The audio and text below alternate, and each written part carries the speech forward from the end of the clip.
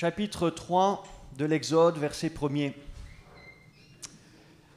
Moïse faisait paître les brebis de son beau-père Jéthro, prêtre de Madian.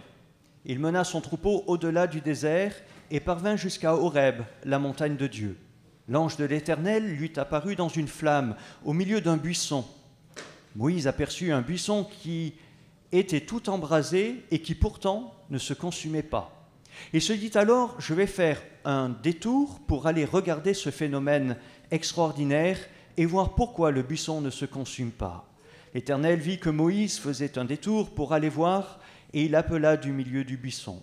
« Moïse, Moïse !»« Je suis là, répondit Moïse. » Dieu lui dit, « N'approche pas d'ici, enlève tes sandales, car le lieu où tu te tiens est un lieu sacré. » Puis il ajouta, « Je suis le Dieu de tes ancêtres, le Dieu d'Abraham, le Dieu d'Isaac, le Dieu de Jacob. » Alors Moïse se couvrit le visage, car il avait peur de regarder Dieu. Je ne sais pas si nous pouvons réellement nous imaginer une telle situation. Moïse avait fui l'Égypte pour sauver sa vie. Je ne vais pas revenir sur l'histoire, mais voilà qu'il se trouve dans le désert, réfugié dans une famille, il épouse une des filles de cette famille et puis il garde pendant des années le troupeau de son beau-père. Et voilà qu'au milieu de cette routine du quotidien de tous les jours, il va garder ce troupeau dans les montagnes. Voilà que ce jour-là, il y a un buisson qui s'embrase, qui ne se consume pas, une voix qui retentit de ce buisson qui l'appelle par son nom, Moïse, Moïse, et Dieu vient à sa rencontre, vient se révéler. Dieu vient se révéler à Moïse, lui apporte une révélation de son nom, de qui est Dieu. Je suis celui qui est. Et Dieu va lui confier une mission. Il va lui dire, je t'envoie, et puis plus loin, il va lui dire, maintenant donc, vas-y, ou encore, mets-toi en route. Mets-toi en route. C'est là une parole qui revient tout au long de la Bible.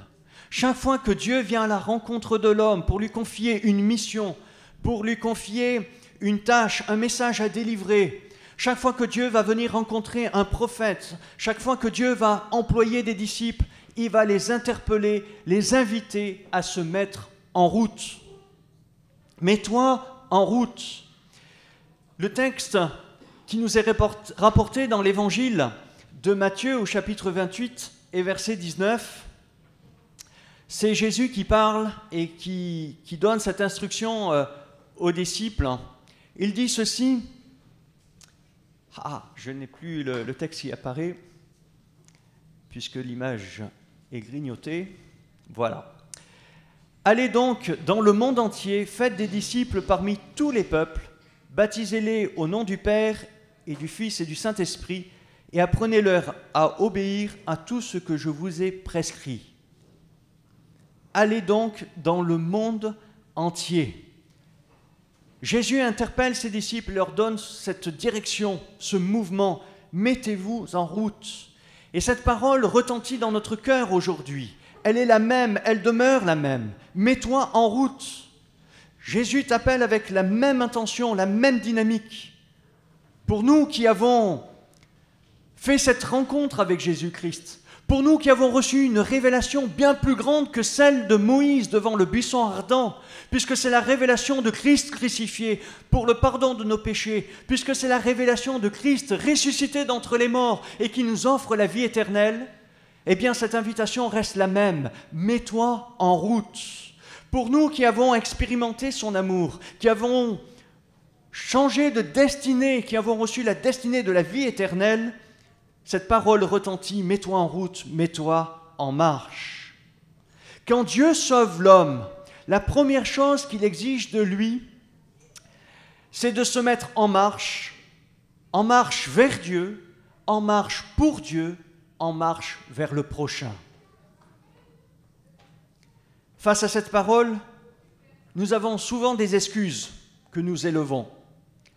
Et nous allons bien souvent dire, mais je n'ai pas reçu d'appel pour le ministère pastoral, je n'ai pas reçu d'appel pour partir en mission.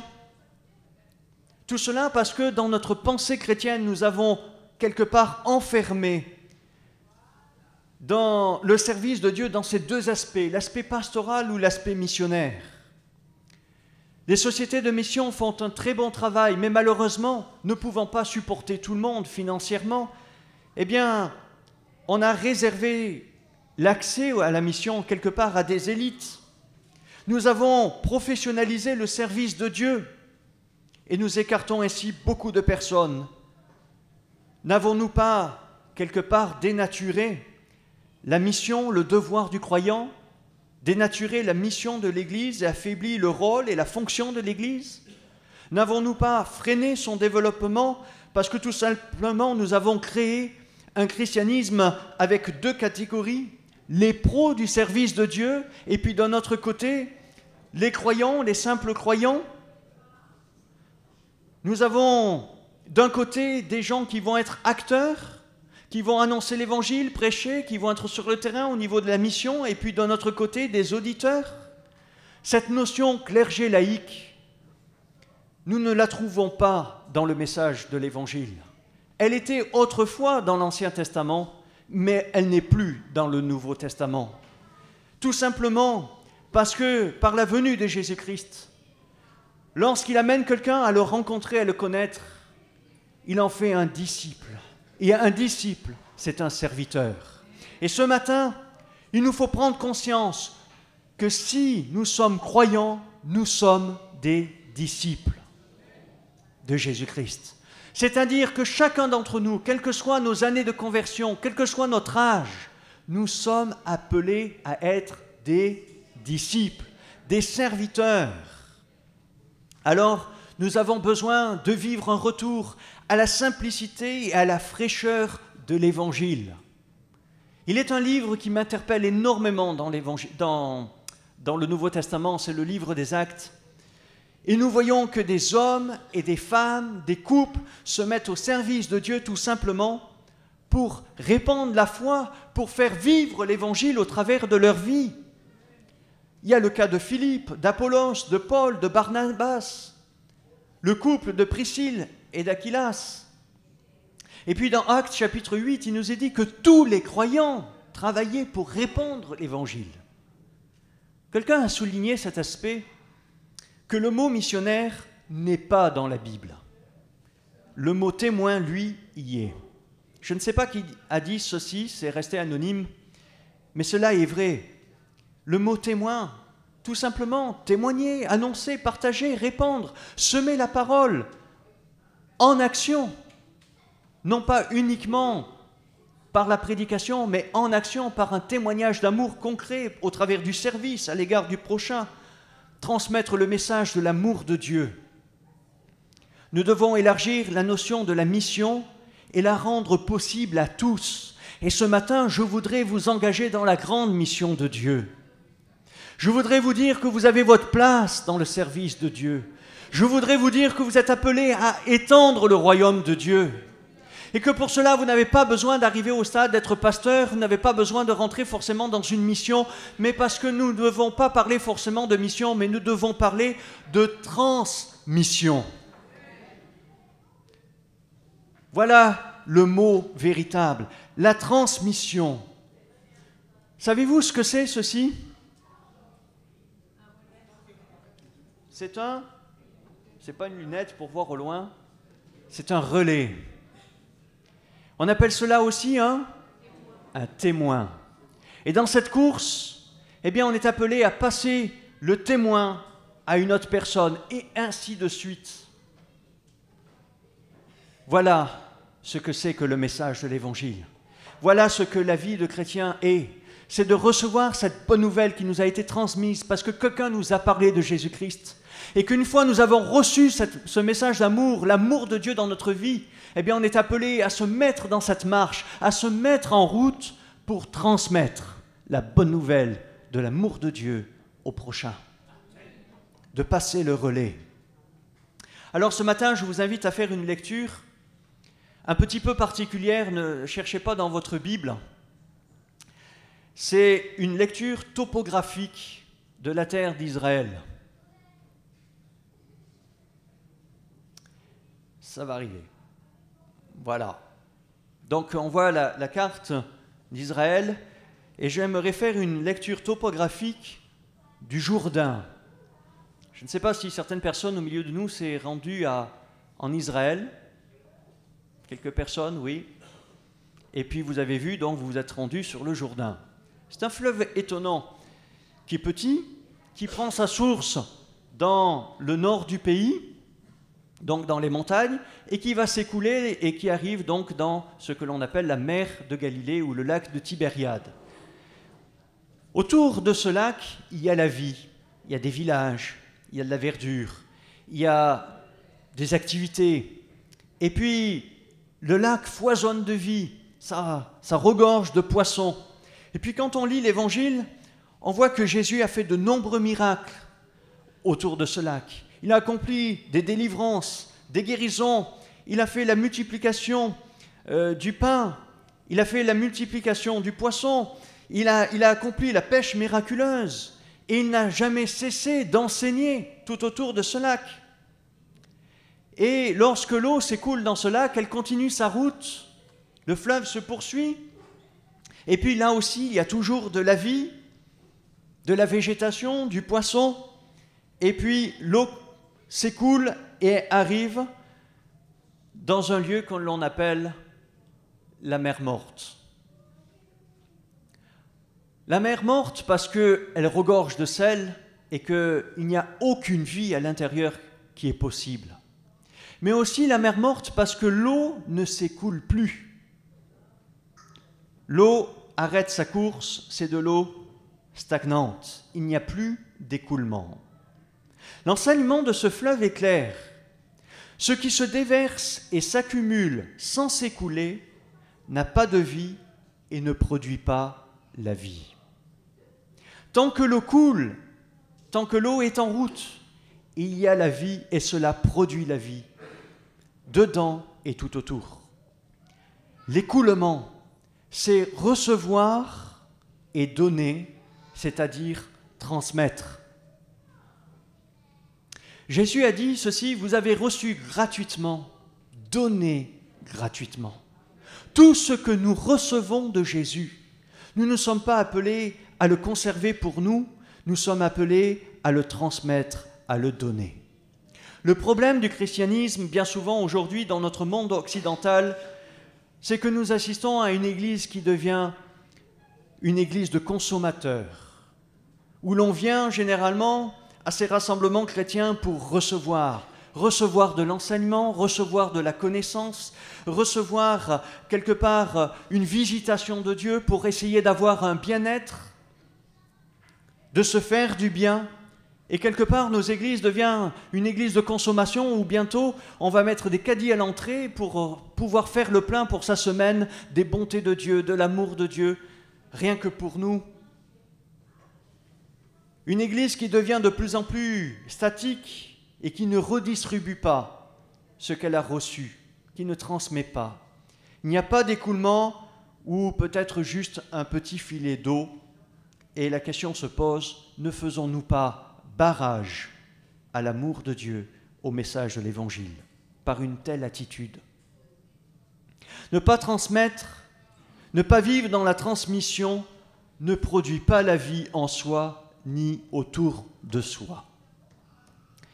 J'aimerais vous lire une série de questions où certainement vous allez répondre dans votre cœur, et c'est à vous de voir où vous en trouvez, où vous vous trouvez aujourd'hui et vers où vous voulez aller. Es-tu statique ou en route? Es-tu dans l'accumulation ou la transmission? Que fais-tu du relais entre tes mains? L'église locale que vous formez vit-elle l'accumulation ou la transmission? Sommes-nous dans un plein écoulement de la grâce de Dieu ou faisons-nous barrage? Jésus nous a dit, allez, mets-toi en route. Et cette parole, depuis mon enfance, où j'ai été en contact avec le message de l'Évangile, a retenti très fort dans mon cœur.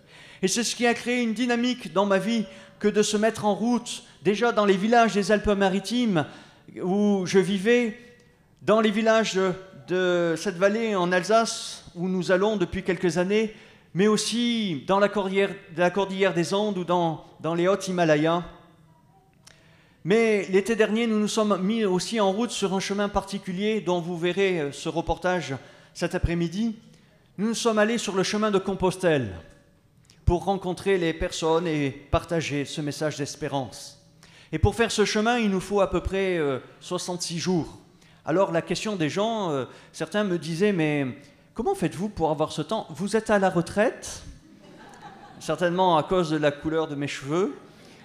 Alors je leur ai dit non, je suis loin de la retraite. Et puis pour notre part, on sera très loin de la retraite. Alors les gens nous demandaient, mais comment faites-vous pour disposer de ce temps, pour faire tout le chemin? Alors nous répondions généralement, eh bien, c'est notre patron qui nous envoie. Alors les gens nous disent, ah bon, et c'est quoi? Oui, c'est notre patron, il nous envoie promener. Ah, vous avez été viré? Non, pas du tout. Il nous envoie promener, mais dans le bon sens du terme. Et puis alors les gens tracassés nous disent, mais qui est votre patron? Vous voulez vraiment savoir? Alors à ce moment-là, nous nous expliquions quel est notre patron qui nous envoie le long des chemins pour parler de son amour, pour répandre ce message d'espérance. Et les gens étaient quelque peu surpris, et à la fin de notre entretien avec les personnes, nous disions tout simplement, et vous savez, ce patron, il embauche. Jésus a dit, allez, je vous envoie en quelque sorte promener. C'est ce qu'il a dit à ses disciples. Mais c'est ce qu'il dit à chacun d'entre nous aujourd'hui. Dans cette salle, à tout croyant, hommes et femmes, je vous envoie promener pour aller à la rencontre du prochain. Il nous appelle à se mettre en route pour laisser écouler ce message d'amour autour de nous, pour vivre la transmission de la vie de Dieu, pour passer le relais à notre prochain. Où est ce mouvement aujourd'hui dans notre vie? Où est ce mouvement dans la vie de l'Église, tout simplement d'aller, de se mettre en marche? Toute l'histoire du christianisme nous montre que quand il y a eu des actions de l'Esprit de Dieu, un souffle qui a mené des gens à la repentance, où le salut de Dieu s'est engouffré avec force dans des régions, dans des quartiers, dans des villes, c'est tout simplement parce que des croyants se sont mis en marche pour aller rencontrer le prochain. L'histoire nous enseigne ça au travers des chrétiens celtiques qui sont partis de l'Irlande, qui ont touché l'Angleterre et qui ont répandu l'Évangile dans l'Europe. L'histoire nous enseigne encore que dans notre propre pays, les chrétiens, les Vaudois, en 1170, se sont mis en mouvement pour répandre la foi, et cela a duré pendant plusieurs siècles. Alors qu'ils risquaient leur vie à porter cette nouvelle, à la transmettre, ils ont osé se mettre en marche, malgré le risque de finir sur un bûcher. L'audace de la foi, de se mettre en route quand il n'y a plus de chemin possible, quand il n'y a plus de liberté. Mais nous, peut-être que nous sommes tellement dans un confort évangélique que nous avons peut-être perdu cette action de mouvement, cette notion de se mettre en route pour répandre la foi. Aller, c'est la dynamique de l'Évangile. N'avons-nous pas perdu ce « aller », ce petit mot en anglais tout simple, mais qui est si fort? Go, go, vas-y, mets-toi en marche. Le plus souvent, la vie chrétienne, la vie des croyants se passe entre quatre murs d'un bâtiment que nous appelons à tort Église, où nous sommes en quelque sorte coupés du dehors, coupés du monde, et nous nous enfermons pour vivre des moments agréables entre nous, des moments de temps de communion spirituelle, certes, mais sans la perspective d'écoulement autour de nous. Lorsque nous étions au Pérou, souvent, j'interpellais les gens, les croyants, en disant « Tu llamada no es de estar un calentador de banca ». Ton appel n'est pas d'être un chauffage de banc, ou on dirait en français un lustreur de chaises. Ce n'est pas là l'appel que Dieu a mis sur ta vie. Il y a un temps pour s'asseoir, un temps pour écouter, mais il y a un temps pour se lever et se mettre en marche pour atteindre notre génération. un temps pour se mettre en route, pour aller à la rencontre à l'égard du prochain et de transmettre cette bonne nouvelle, ce relais de l'amour de Dieu. Que faisons-nous de la vie de Dieu? Que faisons-nous de son amour que nous avons reçu par la croix? Que faisons-nous de notre vie, de notre capital vie? Que faisons-nous de notre capital temps? Que faisons-nous de notre capital argent? Que faisons-nous de notre capital santé? Vers où allons-nous l'investir? Pour notre profit personnel, pour notre bien-être personnel, pour réussir dans la vie, ou réussir sa vie avec Jésus et répandre cette bonne nouvelle autour de nous? Que faisons-nous en tant qu'individu? Que faisons-nous en tant qu'Église? Mets-toi en route. Dieu t'envoie promener.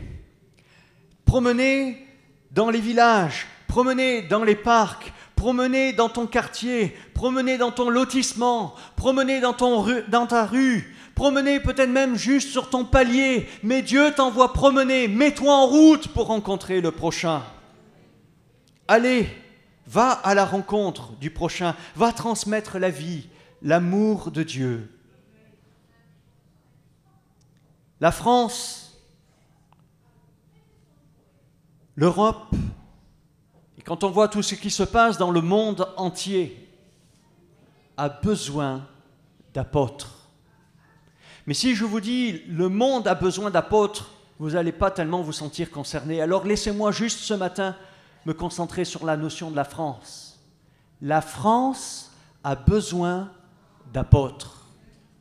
Ouh là là, quand on parle d'apôtres, alors on est tout de suite, on pense à l'apôtre Paul qui dit ceci dans l'Épître aux Romains: Paul, serviteur de Jésus-Christ, appelé à être apôtre, mis à part pour annoncer l'évangile de Dieu.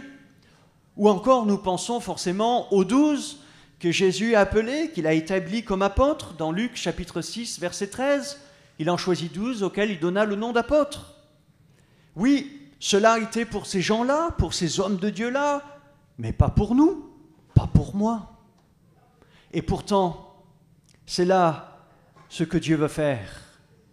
Il veut faire de toi ce matin un apôtre de l'amour de Dieu, un apôtre de la bonne nouvelle de l'Évangile. Laissez-moi vous expliquer ce qu'est le mot apôtre.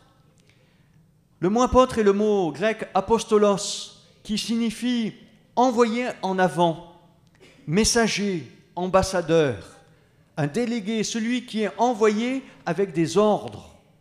Il vient du mot apostello, qui signifie ordonner à quelqu'un d'aller vers un lieu défini, envoyer au loin, congédier, ordonner à quelqu'un de partir, d'envoyer en quelque sorte promener. C'est pour ça que j'ai mis le petit sourire.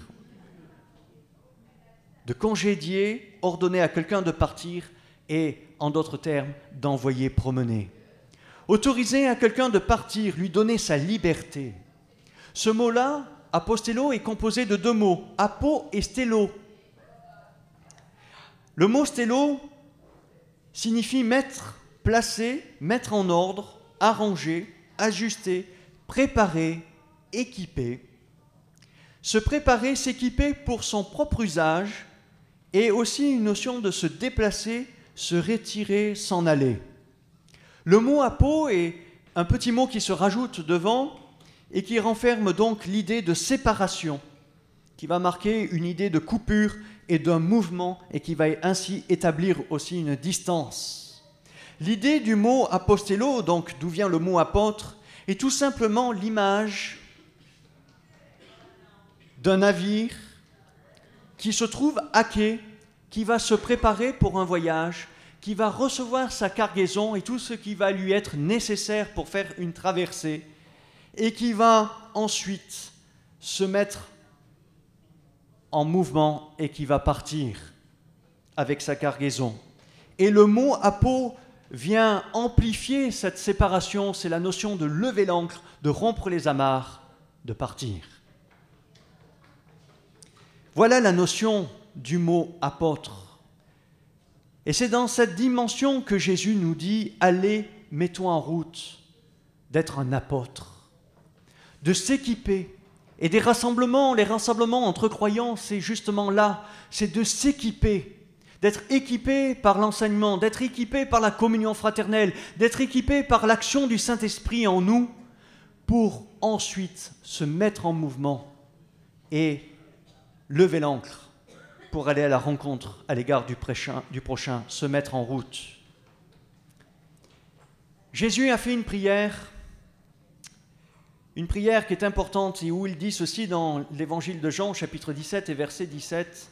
« Comme tu m'as envoyé dans le monde, moi aussi, je les y envoie. » Et cette prière doit retentir dans notre cœur. Elle doit nous mettre en mouvement. Comme Jésus a été envoyé par le Père, il veut t'envoyer comme apôtre. Nous sommes tous envoyés pour délivrer ce que le Seigneur nous a donné. Tu es appelé à recevoir, à t'équiper et à partir pour délivrer la cargaison que Dieu te donne, son amour, son salut, sa vie, la bonne nouvelle, le pardon, transmettre en parole et en acte, en œuvre, ce message merveilleux.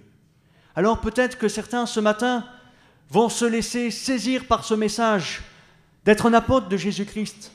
Peut-être certains vont traverser les océans pour accomplir cette mission. Peut-être que d'autres vont tout simplement se mettre en mouvement en Europe, que d'autres vont se mettre en mouvement dans les villages, dans les villes en France, ou tout simplement se mettre en mouvement dans leur quartier, dans leur rue. Mais qu'importe, l'important, c'est de se mettre en mouvement et de prendre conscience que tu es appelé à être un apôtre de Jésus-Christ. La France a besoin d'apôtres d'amour, d'apôtres d'espérance, d'apôtres de pureté, d'apôtres de vie, de pardon. Notre société est totalement anéantie, que ce soit la France ou le monde entier. Qui va leur apporter ce message d'espérance? Oui, notre patron, il emploie. Et j'aimerais même dire ceci, lorsque Paul dit « Soyez mes imitateurs comme je le suis moi-même de Christ », Jésus a été le plus grand des apôtres. Il est l'apôtre par excellence. Et Paul a été son imitateur, et il nous encourage à être son imitateur. C'est pour ça que nous pouvons dire que Paul emploie. Paul emploie, et je peux vous dire qu'il y a du travail. Pour notre part, Véronique et moi, nous avons engagé notre vie et nous nous sommes laissés embaucher par Jésus. Et la société pour laquelle nous travaillons a plus de 2000 ans d'âge et elle ne fera jamais faillite. Jusqu'au retour de Jésus-Christ, l'entreprise de salut, de sauvetage, l'ONG du ciel ne fera jamais faillite. Et il y a de la place pour tous. Pour ce qui est du salaire, ne vous inquiétez pas. Regardez les oiseaux du ciel, ils ne sèment rien, ils ne moissonnent pas, ils n'engrangent pas, et pourtant votre Père les nourrit. Et Jésus pose cette question, et vous, n'avez-vous pas plus de valeur qu'eux? Faites du royaume des cieux votre priorité. Et toutes ces choses, le manger, le boire, le vêtement, vous seront données. L'Église a besoin de retrouver la fraîcheur de l'Évangile. Nous sommes appelés à vivre comme des apôtres. En gardant notre travail ou en lâchant notre travail, là n'est pas la question. Mais le tout, c'est de ne pas se tromper et de savoir qui est véritablement notre employeur. Oui, Dieu emploie ce matin et il est à la recherche d'apôtres pour son message, d'apôtres pour son amour. J'aimerais vous dire ceci, que Dieu vous appelle à tous être apôtres. Et vous apporter une petite précision, parce que dans les milieux évangéliques, généralement, on a un petit peu de mal avec cela. L'apôtre Paul dit ceci dans l'Épître aux Romains, dans la version que j'ai, au chapitre 1er, verset 5, « Par lui, c'est-à-dire par Dieu, j'ai reçu la grâce d'être apôtre pour amener en son nom des hommes de toute nation à lui obéir en croyant. J'ai reçu la grâce d'être apôtre. » Mais quand on regarde les autres versions, quand on regarde dans le grec, il est écrit exactement « Nous avons reçu la grâce et l'apostolat. Nous avons reçu la grâce et l'apostolat. C'est-à-dire que Paul inclut toutes les personnes à qui il écrit. Tous ces croyants qui sont à Rome, hommes et femmes. Et pour preuve, quand on va à la fin des salutations, l'apôtre Paul parle de Junia, qui était considéré parmi les apôtres, donc qui était estimé par les apôtres, ou nous pouvons aussi traduire qui faisait partie des apôtres. Hommes et femmes. Pour Dieu, il n'y a pas de limite. Dieu a besoin d'ouvriers. Et quand on lit l'Évangile, on voit que la plupart des gens qui ont répondu à cette offre d'emploi ont été des femmes. Hommes et femmes.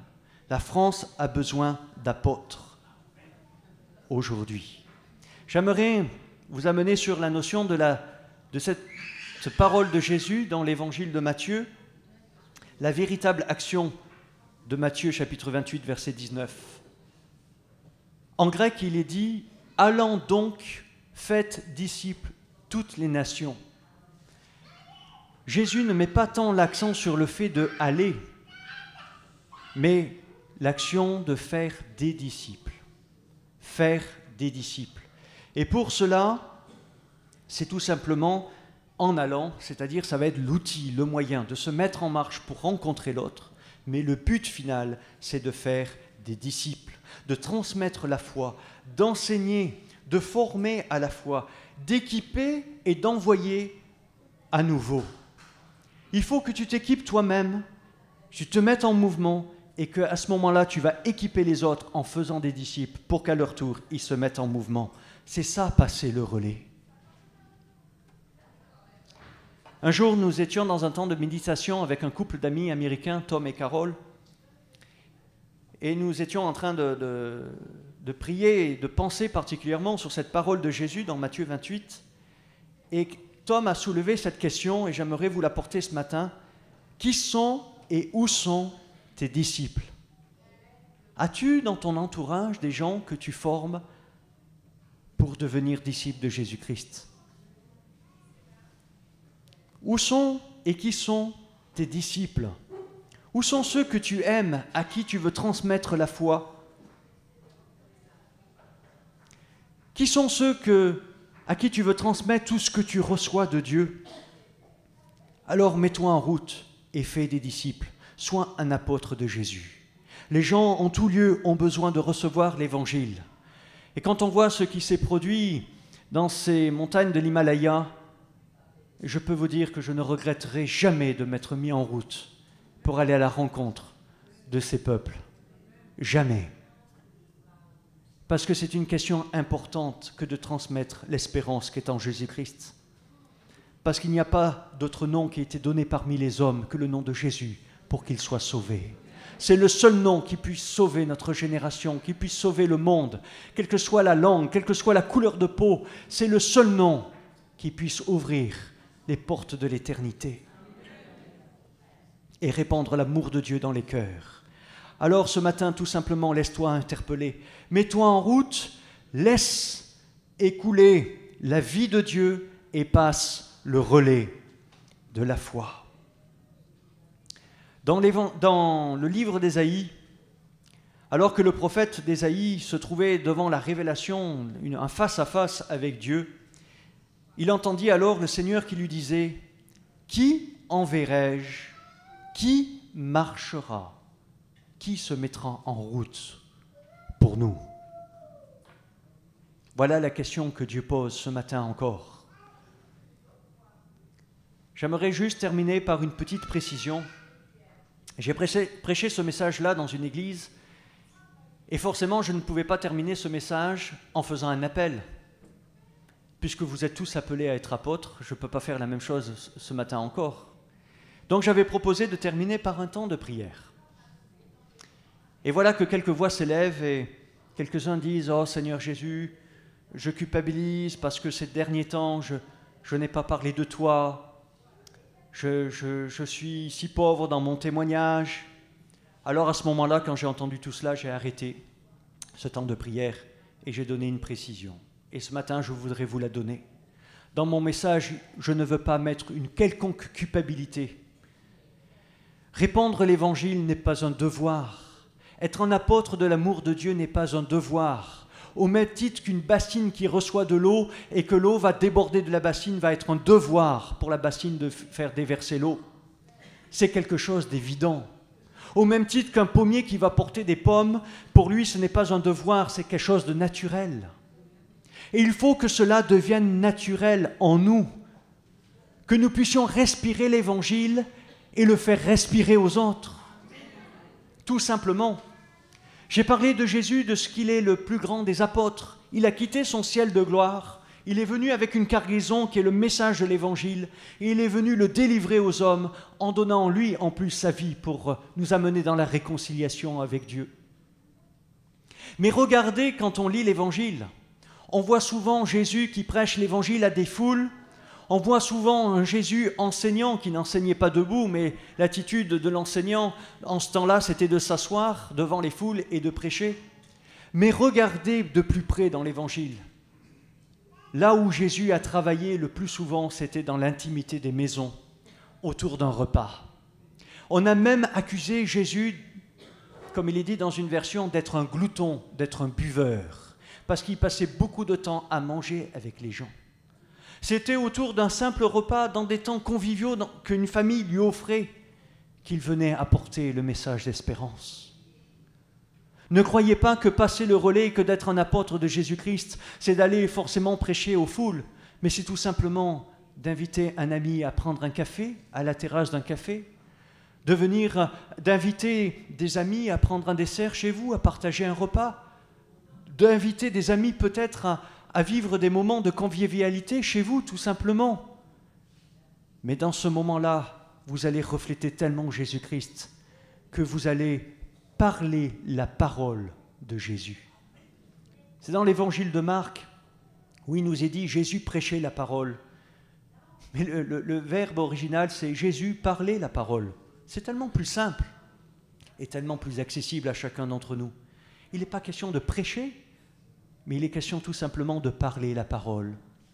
Tout simplement, laissez Jésus utiliser votre bouche pour être un véhicule de l'amour de Dieu.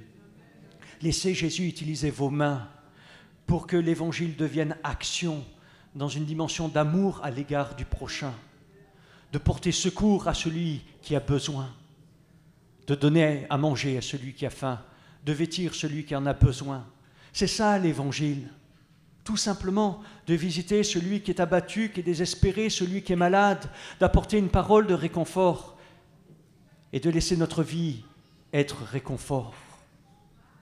Soyez des apôtres de réconfort autour de vous.